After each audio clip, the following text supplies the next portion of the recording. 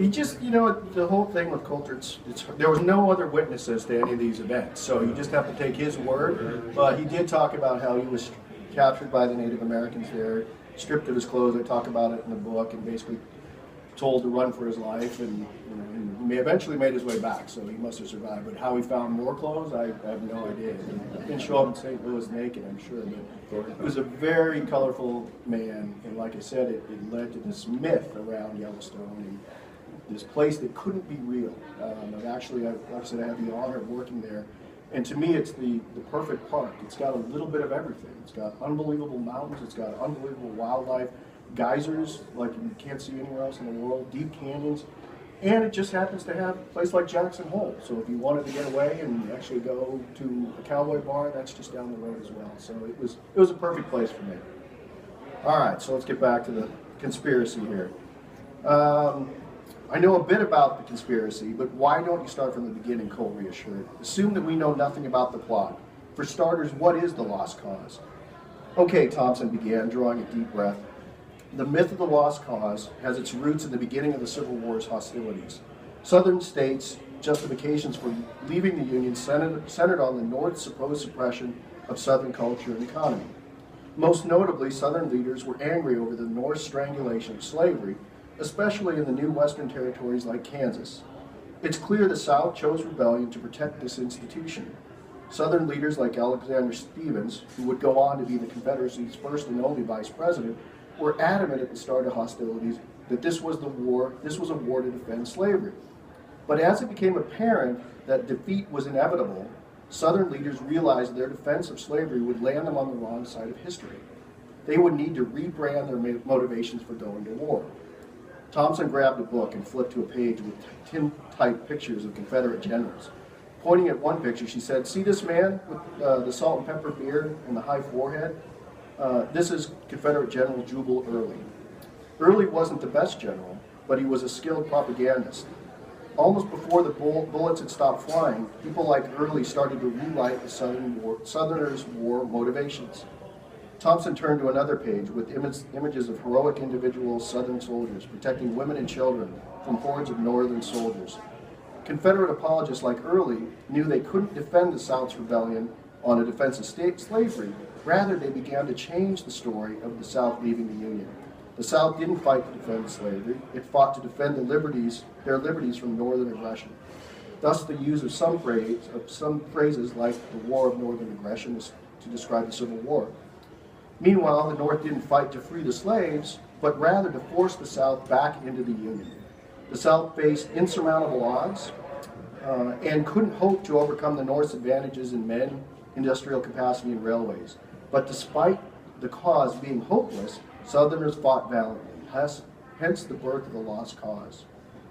Okay, said Reeves, as another ranger with him, who with Cole had been listening closely. Makes sense, but what does this have to do with burglarizing the Gettysburg facility and stealing a skull? Thompson put down the book and walked over to a large drafting table. With her hand, she beckoned Cole and Reeves to follow. They stopped before the table. Laid out upon it was a meticulously preserved, was the blood-stained banner flag she had been working on the night she'd been attacked. It rested exactly where she had left it. Blood-stained banner is basically the Confederate flag. It's not the one that we are well aware of. It's actually a white flag with the Confederate stars and bars in the upper corner and then a red stripe. It's interesting. I learned a lot about Confederate battle flags. This was the Confederate flag, but they added a red stripe to it because from distance, without it, it looked like a flag of surrender. It was just basically this white flag. So that's what this is referring to. Our story continues with this flag, Thompson continued, gesturing at the banner. You remember the one the Confederate Congress authorized mere weeks before the pending defeat? Thompson asked. Cole and Reeves nodded. The question perplexing historians to this day is why? Why did the Confederate Congress waste valuable time on an obvious, meaningless measure like a new flag? Who knows, Reeves blurted in. Who knows what one would do faced with inevitable defeat of one's country? Unless it wasn't meaningless, Cole said, lost in a state of contemplation. Huh? Reeves asked. Bingo, Thompson said. Lost cause conspiracy nuts believe that the Confederate Congress was sending future generations of rebels a message with this banner. It's more than a flag, she said. They believe It's a treasure map leading to the Lost Cause relic. Oh, come on, Reeves let out. You must be joking. That's the dumbest idea I've ever heard of. He leaned in close to look at the flag and get a better look. Looks like a flag to me. I didn't say it was my idea, Thompson said, in a slightly more defensive tone than intended. I don't believe it either, but you asked me about the Lost Cause conspiracy, and the key to it is this flag. Okay, Cole said, joining Reeves for a closer inspection of the flag. How do we read it? Both men raised their gaze from the flag and fixed their sights on Thompson.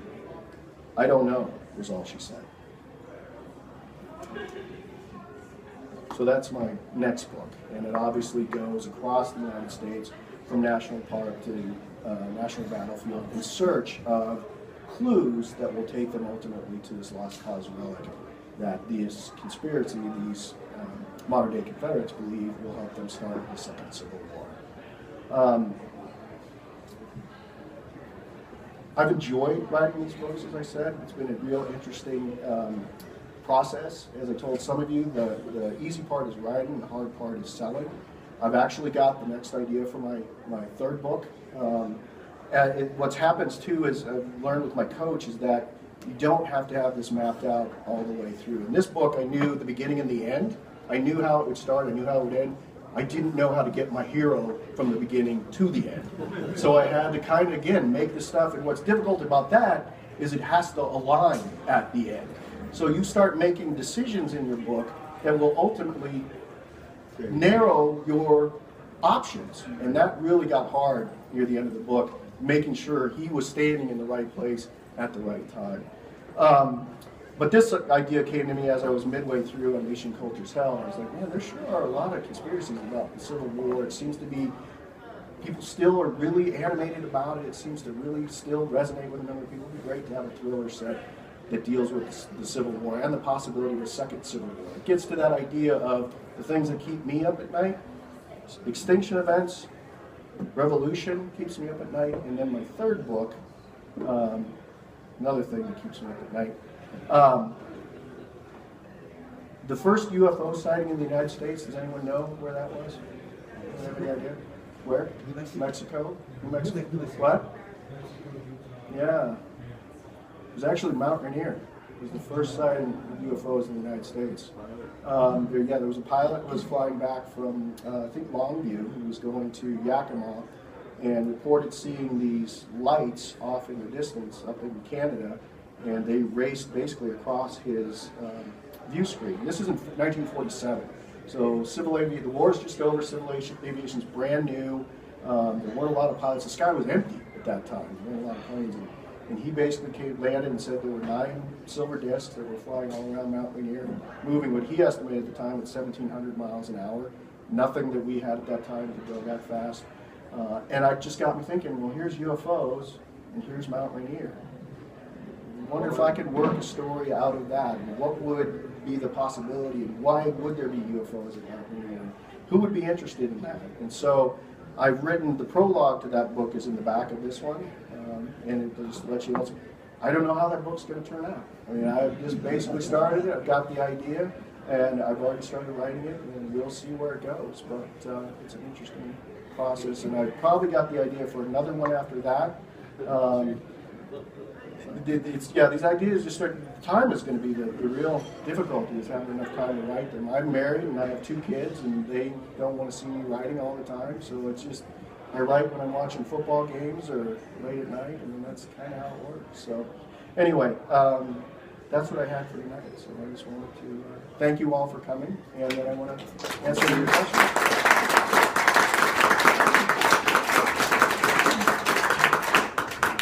Are you keeping the same main character in these 3 books? Yeah, Grayson Cole is in all 3 of these, is in the 3 ones that I have so far, and I do take some liberties with how things are happening. I have rangers that read them to help me ground truth them, but in some instances I have to take a little bit of artistic license to make things happen, move faster than they probably would with a government bureaucracy, but for the most part I try to keep it pretty consistent. But yeah, Grayson's going to be in all 3 of the books, and he's moving up through the Park Service ranks as well. So this first book, one of the things first book I spent a lot of, since it was my first book, I spent a lot of time talking about Rangers themselves, their lives, what people expect. Kind of like I said, everyone expects you to know not only the name of plants, but where's the best restaurant in the area. I mean, you got to know a lot. And so I put a lot of that in this book, what Rangers do, how they spend their lives. They often don't have families. They don't have a house. They live in government housing that they rent.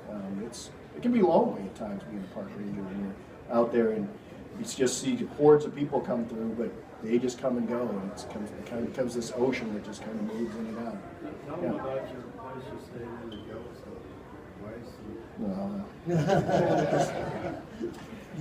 You don't become a park ranger for the money or the accommodations. I had one person tell me, you're going to live on $1 million property, but you basically live in a shack. I wasn't going there for the accommodation, but I lived in a trailer called Trailer 41 that had been in Yellowstone since the Eisenhower administration. And it looked like it had been there since the Eisenhower administration.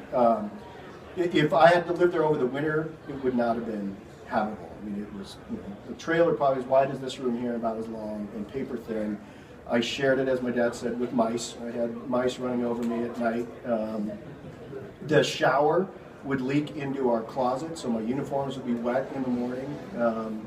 It was fun. It was fun when you're 32 years old. That's a lot of fun, but I don't think I can do that now. So yeah, that was probably the roughest accommodations I had. Most others were dormitories, or I had my own apartment in the North Cascades, which was nice. So it can be hit and miss. But if you're a permanent ranger, they often do get what's called permanent housing. So they have a real house and things like that, but you don't own it, so you're not building equity. Sort of thing. Yeah, in the back, all the way to the back of the How many national parks did you create? I worked in 3 national parks. So I worked at North Cascades, I worked at Glacier, and I worked at Yellowstone. And then I worked for the Forest Service at Mount St. Helens. So I did basically volcanoes and bears was my career with the Park Service. And I've probably been to over 200 national parks there. My previous job, I worked for a nonprofit in San Francisco, and I worked with the Park Service, basically working on cleaning up 2-stroke engines, jet skis, and snowmobiles. And then my last job, I worked for the National Parks Conservation Association in Seattle, and my job was to basically help the Park Service work on its mission. So I got to go to conferences and meetings in places like Zion and Grand Canyon and Yellowstone and Everglades, and at times I was just like, I'm getting paid to be here. It's just too good to be true. So it's great. So sorry, in the back, yeah. Yeah, like I said, it's selling it is the hard thing. So I have about 2,000 Twitter followers, and that's been, that's how you gauge your success. It's just basically getting a few more people on Twitter, a few more people on Facebook, and so I'm at Park Thrillers on Twitter, so if you want to follow me, that would be great. I'll speak for my own Twitter. I think they make great movies, not just because I wrote them, but I think they're compelling to people. I think national parks are compelling. The park ranger is iconic, and there are real stories that you can fit there. So things like a conspiracy that's set in Civil War parks, I've talked to real people about those. Yellowstone. So no, unfortunately, but if you know some people that I'm happy to talk to them. I can sell the rights. Yeah. Sorry, I think we have one in there. Yeah. Have your writings had any impact on your career? I have not worked with them in a number of years. So, but what it has done is it's allowed me to kind of continue to work with park rangers. So most park rangers you run into are seasonal. They're only working there about 6 months out of the year, and then they have to find some other work in the summer or in the winter. Very few rangers are permanent. Places like Yellowstone predominantly close down in the wintertime. They go from 300 or 400 rangers down to maybe 75 in the wintertime. So I was one of those seasonal rangers. And what's nice about that is that you get to pick your assignments. So I was able to move around and go to just some unbelievable places like Glacier, North Cascades, and Yellowstone. The downside of that is you're basically starving in the wintertime. There's not a whole lot to do. And my parents, as I tell the joke, had changed the locks on their basement, so I had to find a more permanent job. Okay. Okay. When it's made into a film, because it will. When, yes, yeah. No, it will. Yeah. You mark my words about Colter C. Oh, that's great. Yeah. Mr. Basic, I don't think you want. Well, I thought about what makes a good thriller hero. So you want in these books. I think the primary thing is you want someone who's intelligent. You've got to have someone that can think at least one step ahead of the antagonist, the villain. You want someone that has experience, that you can empathize with, that has some humanity. And it doesn't hurt to have someone who's good looking as well, but it's not required. I don't know. You want someone that's approachable, because park rangers, everyone that I've had, it's hysterical. I would go out without my uniform, and it was like I was invisible. I put my uniform on, and people would come out of the woodwork to talk to me. And one time I was walking, I was like, why are people smiling at me? I can't get it. It's because I didn't have my uniform on. I didn't realize, in the same crowd, you just wear that flat hat. So you want someone who's approachable, that's not so beautiful that you couldn't see yourself talking to them. I don't know, man. Yeah, maybe myself. I don't know. Unfortunately, Carrie Grant is not. I know. Yeah. But there's George Clooney. George Clooney, yeah. George Clooney, yeah. Yeah, I picture him being about 35 years old, in that range. So, it's not going to be this strapping, huge guy, typical average sized guy, but he uses his smarts. One of the things I learned too about parks, which makes them interesting, in most police work, police officers patrol areas where they don't live. They don't know the communities as well as they possibly should. They don't know the daily goings on. That's not true in national parks. Park rangers live, work, and play there. And most of the time, they know the area better than anyone else that comes there. And I use that in the books to the ranger's experience, to the ranger's advantage. He knows where he can go in order to get around the villain. He knows what's out there and how to use those types of things to his advantage. And that, I think, is another part of the book that gives it some real credibility. Yeah. Oh, I'm sorry. Yeah. So they said who would play Grayson Cole in the movie. I'm sorry. I should have done that. Yeah. Yeah, I said that. Yes, Bob. What do you think of the current state of the national parks? So what do I think of the current state of the national parks? I think it's a mixed bag right now. We have a system that is the envy of the world. I'm also doing a TED Talk on Monday up at St. George's. I'm going to talk about why we protect national parks. They are been described as America's best idea, our greatest gift to world culture. There are 400 national parks that range from tiny cultural sites to massive parks like Wrangell St. Elias in Alaska. So we have this diversity, but there are real threats to our national parks. Funding cuts, there's climate change. Hard to believe, but there are actually people in Congress that are putting up legislation to sell off our national parks. I'm optimistic, though. The parks have weathered. The first park, Yellowstone, was established in 1872. It was, and before that, actually, Yosemite Valley was donated to California by Abraham Lincoln. And I like to think about that during the middle of the Civil War, Abraham Lincoln signing legislation that would eventually turn into Yosemite National Park, not knowing if the United States would actually survive that war. But he was basically confident enough, he's like, not only are we going to survive, but there are going to be people in the future that are going to want places like Yosemite. So we've survived Civil War, we've survived the First World War, the Great Depression, World War II, 9/11. I think our parks will survive, but I can't assume that. We have to get involved. We have to take ownership of these parks and work to protect them, or they won't. So optimistic, but also know there's a lot of hard work ahead of us. Others, yeah, in the back.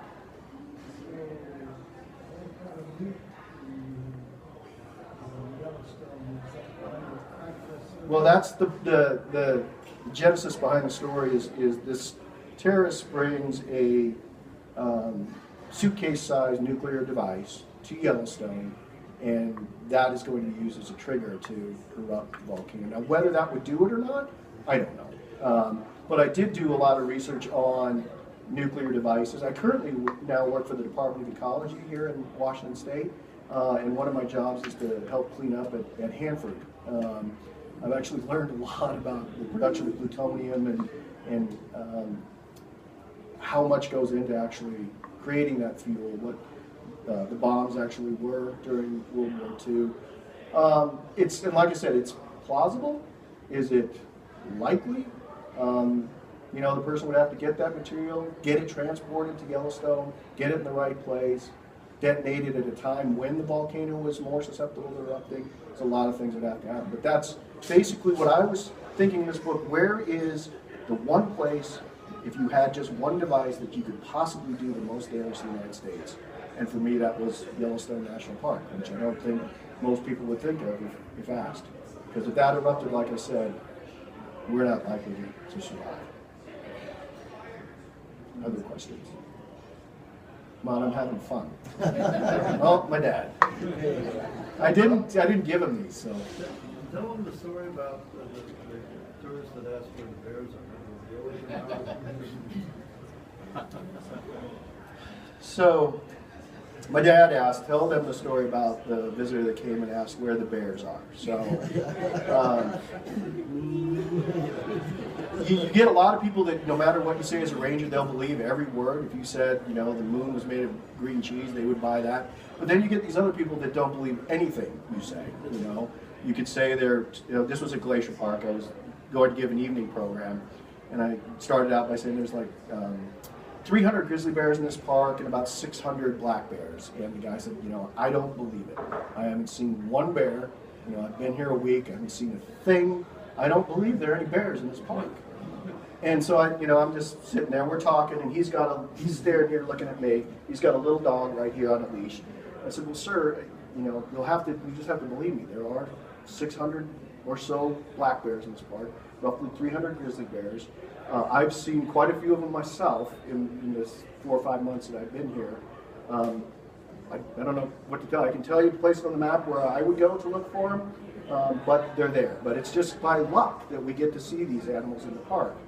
And as I'm standing there, his dog just starts to bark like mad, just going off. And I'm looking at the dog, and I'm like, that's kind of weird. And I look up at him, and his face is just white, literally white. And I kind of could feel the hairs now going up on the back of my neck. And I just turned like this, and literally from about here to the back of the room, there's a black bear just slowly walking its way across the parking lot. And so I'm like this. I'm like, all right, I don't want you to run, but let's. And he is already gone. He is literally, I have no idea where he went. And so I'm just went right back like this, and the bear just continued on and left us. I could not have planned it better, but it also isn't really that unlikely either. Bears are everywhere in Glacier and Yellowstone, and what I try to tell people, you get people that would get out of their cars and literally would be like this. They're not letting go of their car. They were so terrified that a bear was going to get them. And granted, I have a very healthy respect for bears, but I would tell them they're more likely to get hit by a car as you're walking across the parking lot than you are to get attacked by a bear. And bears, more often than not, aren't out marauding looking to kill people. They're basically looking for berries. They're looking for nuts. They have to put on as much fat as they possibly can so that they can survive the winter. That's their job. And you, unfortunately, you're just in the way. You're just background. And so that bear just went on. I never saw that guy again. And that was pretty typical stuff of what park rangers have to deal with. So. Yeah. I'm trying to jump on your story. One time when we were in Yellowstone, we were south of Montana in 2000, and a family actually running after. Oh yeah. Oh yeah. The ranger gets out of his car, he just goes. Yeah.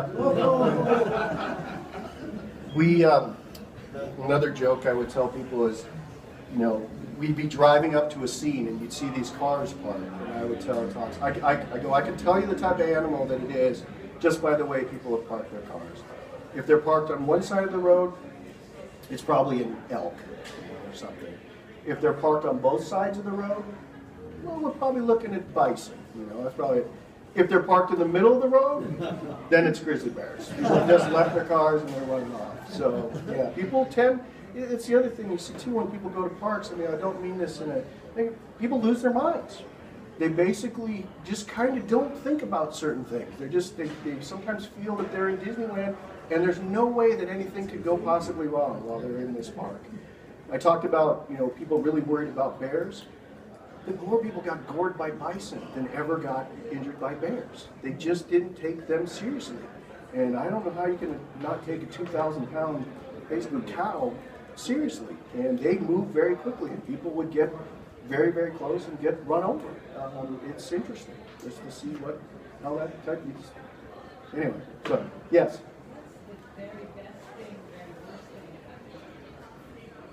Well, the best thing I really liked was, it's going to sound, I liked working for the United States. I really liked my goal was to get that flat hat. I was a volunteer for a while, and it meant a lot to me to wear that flat hat. It was iconic, and I still have it to this day. It's hanging in my office. And so I would just have to say, getting up every day and working in places like Yellowstone and Glacier and North Cascades, and it's different every day, and the people are different, and for the most part, everyone's happy to be there and see you. So that is a very unique working environment. The worst part is often it would end before you really got, you start there in May, and before you know it, it's September and you're done, and you've got to move on. It's really, in some instances, it's pretty lonely. You make friends that, they then go off and you probably never see them again. That gets hard when you can't really create a family. There was one point when I got the job in San Francisco, I was offered not a permanent, but a term position at Mount Rainier, which means you're working your way toward becoming permanent, but it's again not guaranteed. And I was offered a permanent job as a lobbyist in San Francisco.